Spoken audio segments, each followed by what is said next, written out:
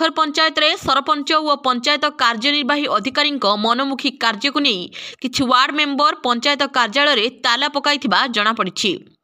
पंचायतर ward member मानक अभियोग अनुसार गत 2 वर्ष धरी पंचायत रे सरपंच और कार्यनिर्वाही अधिकारी वार्ड मेंबर मानक कौनसी प्रकार गुरुत्व देउनाहंती।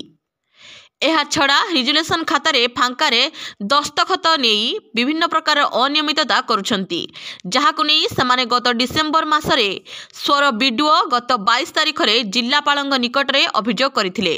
एपरिकी अर्पण रथ बुलिबाकू आसीथिबा टंकार कौनसी हिसाब किंबा कौनसी प्रकार गुरुत्व वार्ड मेंबर मानंकू दिया न जिबारु आज वार्ड मेंबर कार्यालय रे ताला पकाइथिले।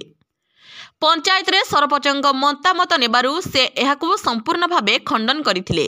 दीर्घ समय चाबी पड़िबा परे आपस बुझामणा हेबारु पंचायत ताला खोला जाइथिला। खबर न नेबारु जणा पडुछि कार्यनिर्वाही अधिकारी अन्यत्र बदली करा जाइछि। स्वररु हेमंत बारिंग रिपोर्ट, स्वस्तिक रिपोर्टर।